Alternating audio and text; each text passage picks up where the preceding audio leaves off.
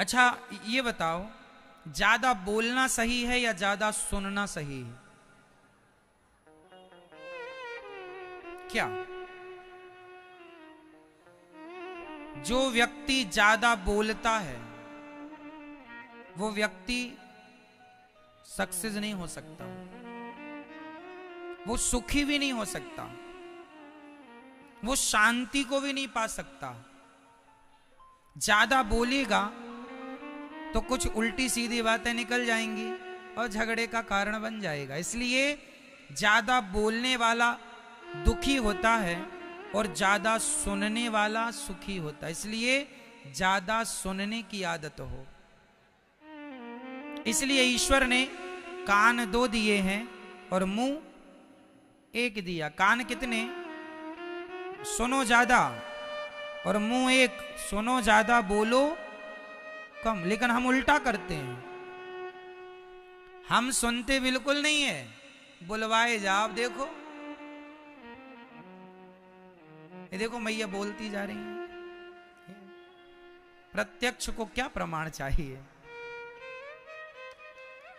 कहने का अर्थ यह है हमने सुनना नहीं सीखा, हमने बोलना सीखा। आजकल की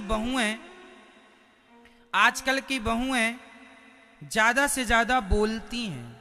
यदि ये सुनने ज्यादा लग जाएं तो झगड़ा ही ना हो। आजकल की सासें बोलती ज्यादा हैं, यदि ये सुनने लग जाएं तो झगड़ा ही ना हो। आजकल के बेटा बोलते ज्यादा हैं, ये सुनने लग जाएं झगड़ा ही ना हो। और आजकल के बुढ़े बोलते ज्यादा हैं, सुनने लग जाएं तो झगड़ा ही ना हो। विडंबना तो ये है आदमी सुनता बिल्कुल नहीं है, बोलता पूरा है। आप गलत ट्रैक पर खड़े हैं, गलत रास्ते पर हैं। सुनो सुनो ज्यादा से ज्यादा, देखो कि सामने वाले के मन में क्या है। आप बताओ क्या कहना है, सुन लो। सुनने के बाद अपने उचित विचार रखो।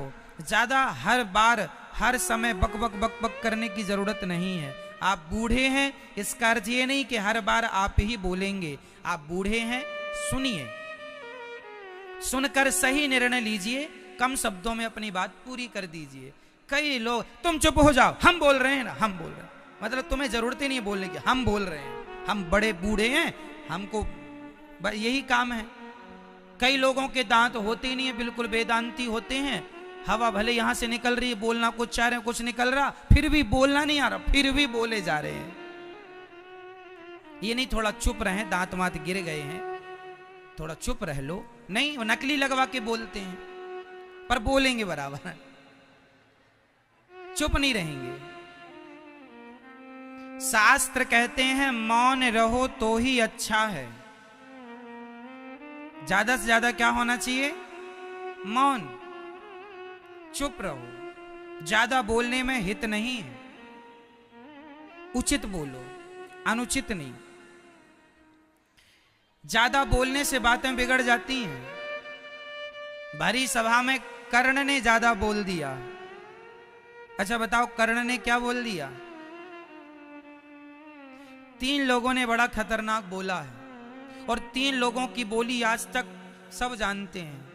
पहला बोलना द्रौपदी का याद है सबको, दूसरा बोलना कर्ण का याद है सबको, और तीसरा बोलना दुर्योधन का याद है सबको। आपको भी याद होगा। शुरुआत करते हैं, बताइए द्रौपदी ने क्या बोला? अंधों के अंधे होते हैं, ये द्रौपदी ने बोल दिया। मतलब मुंह है तो कुछ भी बोलेंगे। पहला। दूसरा, कर्ण भरी सभा में द्रौपदी की साड़ी खींच रही थी, सब बोल रहे थे, तो कर्ण ने भी डुबकी लगा ली। कर्ण ने बोल दिया द्रौपदी तेरे तो 5 पति हैं, तो छठवा मैं हो जाऊं तो क्या बुरा है? छठवा मुझे बना ले, तेरे तो 5 हैं ही, छठवा मैं। मतलब मुंह है तो आप कुछ भी बोलते रहेंगे। तीसरा, दुर्योधन भरी सभा में द्रौपदी की साड़ी खींच रही थी, क्या बोलता है? अरे द्रौपदी आ, मेरी जांघ पर बैठ जा, मेरी जंघा पर बैठ जा, इसके सारे कपड़े उतार दो और सारे कपड़े उतार के मेरी जंघा पर बिठा दो। ये कहा दुर्योधन ने। मतलब आपका मुंह है, पैसे तो लग नहीं रहे हैं, कुछ भी बोलो। मेरी मां, ये जो हमारा मुंह होता है ना, ये जो हमारी वाणी होती है ना, माचिस की तीली से आग देर से लगती है और माचिस की तीली की आग बुझाई भी जा सकती है, परंतु शब्दों की आग बड़ी जल्दी पकड़ती है और शब्दों की आग एक बार लग जाए कभी नहीं बुझती, कभी नहीं बुझती, कभी।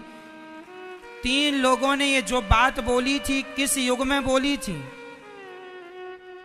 कौन बताएगा? द्रौपदी ने, कर्ण ने और दुर्योधन ने, ये तीनों ने जो बातें कही ये किस युग में कही थी? बोलो। द्वापर युग में।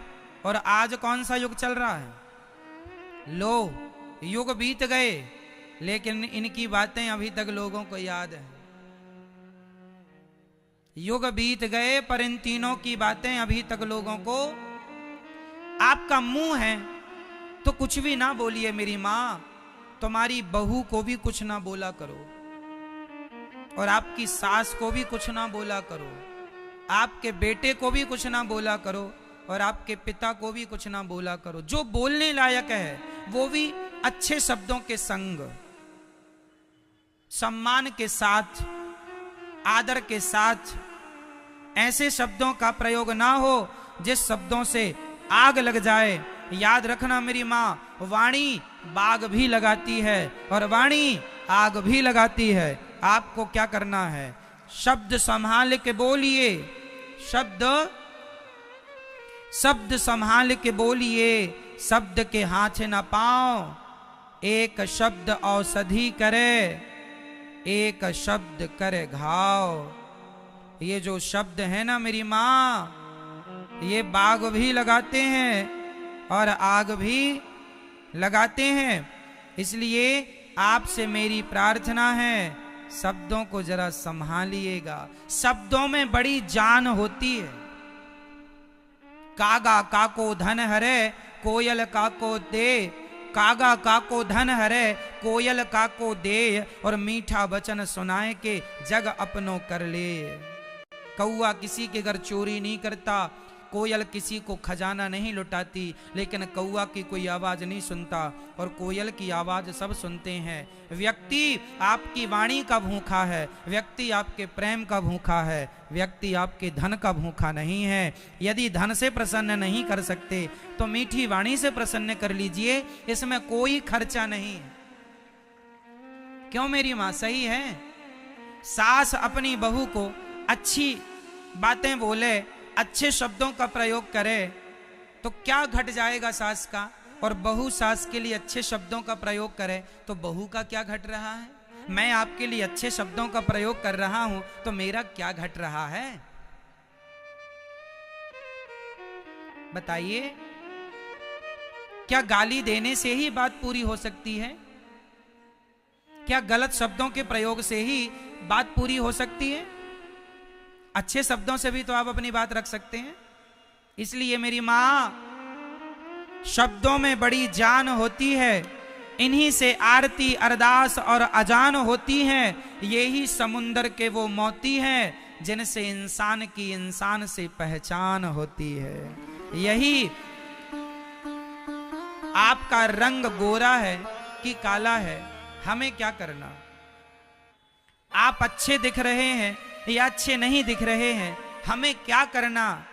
हमें तो आपके रूप और रंग से मतलब नहीं, हमें तो आपके वाणी से मतलब है कि आपके विचार कैसे हैं, आपके शब्द कैसे हैं। एक बहुत सुंदर व्यक्ति हो, बहुत सुंदर पुरुष और बहुत सुंदर स्त्री हो, देखने में बड़ी सुंदर लगे, बड़ा सुंदर लगे, पर उसके मुंह से अंगार झरे तो बताइए उसकी सुंदरता का क्या करेंगे आप और क्या करूंगा मैं?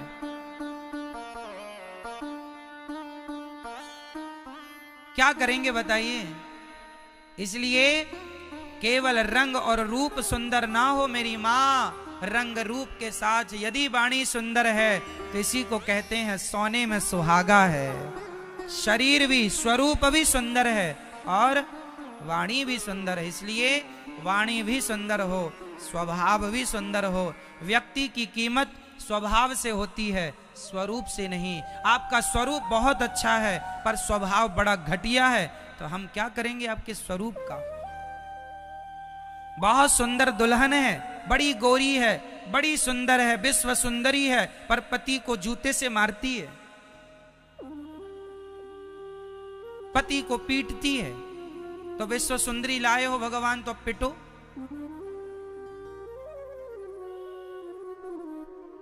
बताइए, लड़की का विश्व सुंदरी होना जरूरी है या संस्कारी होना जरूरी है?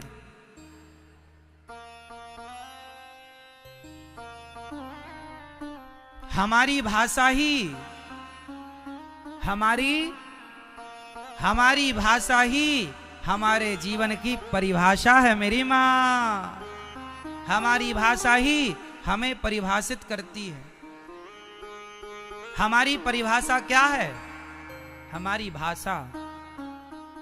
आपकी भाषा अच्छी है, यही आपकी परिभाषा है। ठीक है।